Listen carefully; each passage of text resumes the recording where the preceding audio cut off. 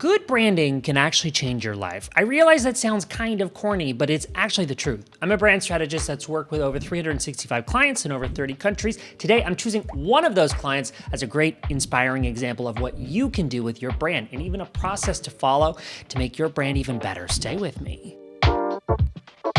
I'm Pallen, a brand strategist. Welcome to my channel where I promise practical advice to build your brand. Today, I'm sharing the story of my longtime client, Judy Stakee, a songwriting coach known for kickstarting the careers of Sheryl Crow, Gavin DeGraw, Katy Perry. Obviously, big names here. She came to me needing a brand that helped her company achieve her goals of becoming the world's premier resource for aspiring professional songwriters. And I'm gonna share my screen and walk through the key ingredients of branding and lessons that you can learn with her as an example and apply to your own brand. So let's jump right in. When it comes to songwriting coaching, Judy really is the best of the best, and she's been building her brand over the last decade after branching off from more of a corporate life, building her own business around her personal brand. And when she just launched her business, keep in mind this is a look of her website from well over a decade ago. When it came to capturing her prestige online, really her brand fell short in my opinion. Now let's give her some credit. This was well over 10 years ago, so pretty good for the time, but I knew that this could be better. And better meaning more consistent, more true to how Judy shows up in real life. Really, she's an incredible person and incredible at her job. So we needed a brand that did justice to Judy's accomplishments and value. So I took her through my agency's process of positioning and building and promoting her brand. Think of it this way. Before a mechanic says what's wrong with a car, you need to look under the hood. The same goes with branding. And our version of looking under the hood is called the brand audit. And what you're looking at is an actual slide from the brand audit recap that we prepared for Judy after a 90-minute consultation. This is our brand audit consultation. This is where we have a frank discussion about what's working and what's not with the brand. And it's really important to consider things like challenges. I'm only going to show you 2 slides from this. It's well over 40 slides long. And when we put this together, we really need to consider how the client got to where they are today and also, and more importantly, where they want to go. That includes outlining some challenges, such as to date, Judy's value as a songwriting coach is best experienced in person. That's a challenge. Her time is also limited, making the one-to-one experience, capping the number of hours per day that she can work, and her potential reach. Finally, unique to her approach is this balance between concrete methodology and creative expression, and we really believe that the brand need to show a balance between both worlds. A key part of the branding process is coming up with a brand sentence which explains who you are and why people should care, in a sentence or two. So here's Judy's brand sentence. The Judy Stakee Company develops, fulfills, and transforms songwriters through retreats, courses, methodology, and community. It all starts with a song. One of the things that often comes up when we're working with clients is whether to lean into their personal brand or a company brand. In this case, we leaned into her company brand built around just her name. So it's a bit of a combo of the two. The reason for this is because Judy has a team and has aspirations to grow her business larger than herself, much like I've done with my company. So we position the brand with her business goals in mind so that it makes sense. After we feel good about how the brand is positioned, then we move on to the build phase. This is the fun part, in my opinion. Before starting the brand identity, we always work on a mood board with the client. We share this, we get approval before we actually start the brand identity. For reference, this is the mood board that we prepared for Judy. We'll look at how it translated into a brand identity in a moment, but let me just kind of talk about what you're looking at here. We decided, really, it's summed up here, cottagecore in a brand. When someone interacts with Judy's company, we want them to be transported to a peaceful, secluded, grounded place. We wanted to avoid too much country vibes, so still keeping it professional. We wanted to explore purple, which was her first brand color, but also incorporate some other deeper tones, even various other shades that relate to that purple, but not go overboard with that. We wanted well-rounded colors seasonally, so not too fall. After all, Judy lives in Los Angeles. And you won't see it as obviously here, but we also wanted to incorporate black and white photography. Judy actually has a personal hobby of photography, specifically in black and white, and that was something we wanted to consider in the brand. Hopping over to Photoshop, now the fun part, we get to actually show you the brand identity. This is the process where we really put pen to paper and actually create the brand. So brand identity, photography, we'll talk about that in a second, as well as website. Those are all components of the build. It's important to remember that a brand identity is much more than a logo. Really, we're creating a system here. So you'll see what we would call semantics, the J and the S, her initials, plus a music note, all kind of combined into one, not just the mark itself, but also a word mark, so that Judy really has a logo system here. We call these a logo lockups, the different layouts that she can work from. Think of this as your toolkit. You've got a vertical, you've got a horizontal layout, you've got a version without the mark that's just the word.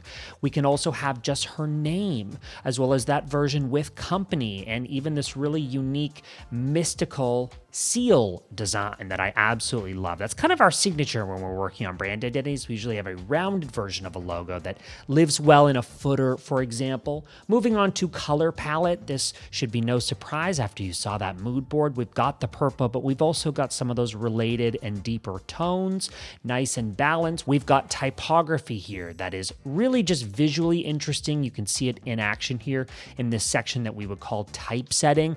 This will directly influence the website that you'll see in a moment. I always follow this to a T when I'm designing a website with my team. Remember the need for the black and white photography. You can see that illustrated here.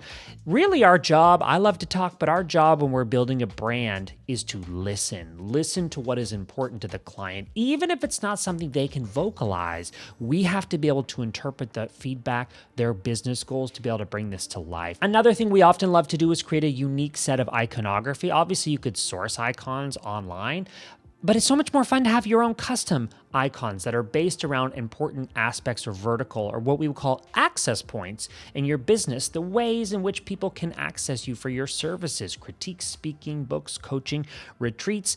And this is very fun to see the brand in action. We try to give a few conceptual ideas, in this case, a poster. Really just exciting to see this come to life. Business cards, even a mug. I love that little mug. And so that is the brand identity system. Now let's look at photography. Photography really is the secret sauce of branding. You don't want headshots only, because that's not flexible for a website. Instead, you want to aim to get lifestyle photography, like this beautiful shot of Judy that without even any context, you get a flavor of what she's all about and what she does. So much captured, they say. A picture is worth 1,000 words, and I totally agree with that. Let me go through some of the selects that made the cut for her website and for her brand. Not just a photo of you looking to camera, but a shot of you in your element, in this case, Judy's office, working, observing, doing some of those little quiet moments of you doing what it is you do every day. These shots are especially important if you've transitioned to doing work virtually, and people are paying for a service that they're experiencing through the web. You really want to overcompensate on your website and in that experience that you give people to make them feel like they're there with you. This photo does a perfect example of that. Let's also get some other faces in your photos. So we see here Judy actually mentoring her songwriters, and you get a feeling for how she is as a mentor. That's a really positive experience, that warmth, that mentorship in this environment. We can imagine ourselves in that place, and that's a really great place to be. Judy has a beautiful home environment, so we're able to capture that with photography. Another example, those beautiful fall colors that, even though she lives in LA with certain tones and aesthetic, we're able to capture this to bring out and complement her brand. Not just photos of your face, but also photos of your hands. It could be writing in a journal, or in this case, doing a yoga pose or prayer. This is important to Judy's practice, so let's capture that. I actually love photos that are left and right justified, because it gives me room to put text or visual elements on top, and that's really useful on a website, say as we're describing her process or services. I also recommend having a photographer if you run events or retreats or speaking engagements. You really want to capture those moments, and this is an example of a different photographer that was hired to capture photos on her retreat. In this case, a group photo at the retreat. Even though this isn't visually as stylish or quote on brand as some of the other photos, this would be great to live as content within a page. So it could be a photo gallery. Let's say you've got photos of you working with clients. It's better to have that stuff on the website, even if it doesn't match the aesthetic or it's not super high quality. I think there's always a way to incorporate those, and a good designer can. Also incorporating throwback moments. We talked about the black and white photography that was important to Judy. This is a photo of Judy from many years ago with Sheryl Crow. You definitely want photos like this on your website for context and for credibility if you have them. And let's end with this beautiful shot of Judy, this signature photo, 2-camera, great for a headshot, cropped for a profile photo. Absolutely beautiful. I love images like this. And when I'm working with photographers, I typically hire editorial photographers, wedding photographers. Those are examples of photographers that are typically good for branding shoots because they work well with natural light, they work well under pressure. And truly, photography is the secret sauce for a good visual brand. Finally, in the build stage, I want to talk about the website. This is where things really come together. All of these things that we've been working on separately, right? The brand sentence, the photography, the brand identity. The website is the first instance where everything comes together. This particular website was built on Squarespace. Judy needed just something simple that was more of a portfolio website where she could sell a handful of online products as well as handle a membership. All of that is doable on Squarespace. If you have a lot of products, I might recommend another platform like Shopify. But generally, Squarespace is a great option because it's also easy for my clients to update it themselves, and that's really important to me. A few things that are really important to keep in mind with websites: follow the rules of the brand board. You saw it a moment ago, but Judy's website is exactly like her brand identity, and this is critical for brand consistency. You're seeing some of the photos that we selected.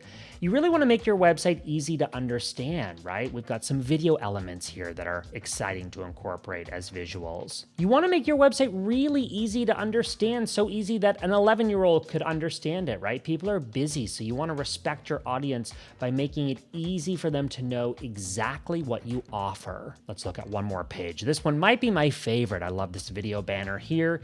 Again, easy to read and absorb. We are following the brand identity, the colors, the photography, the styling, so that someone can absolutely quickly understand what this is all about and what they need to get from the website quickly. They can absorb that and take action. That is the most important thing. The final stage is promoting Judy's brand, sticking a for sale sign out front of that house that we've worked hard to position and build. There are a number of places that Judy shows up online to stay in touch, to stay on the radar of her audience, but I'm going to use Instagram for this example. Her team works in Canva. You know I'm Team Adobe Express, but certainly I always want to respect where my clients are at. And so we've actually created these templates for Judy for her team to actually execute and know how to stay on brand when she posts to social media. Now, we don't overdo this. We try to give general references and rules so that we are really creating a system that's easy to follow here. We look at the client's existing content and think, how could this live as visuals, text-only carousels, throwback Thursday photos, let's say, the black and white photos, for example. What we will also do, or I love this one, this little checklists. These are great. What I will also do is I will mock this up with those individual designs in a mock-up of an Instagram feed.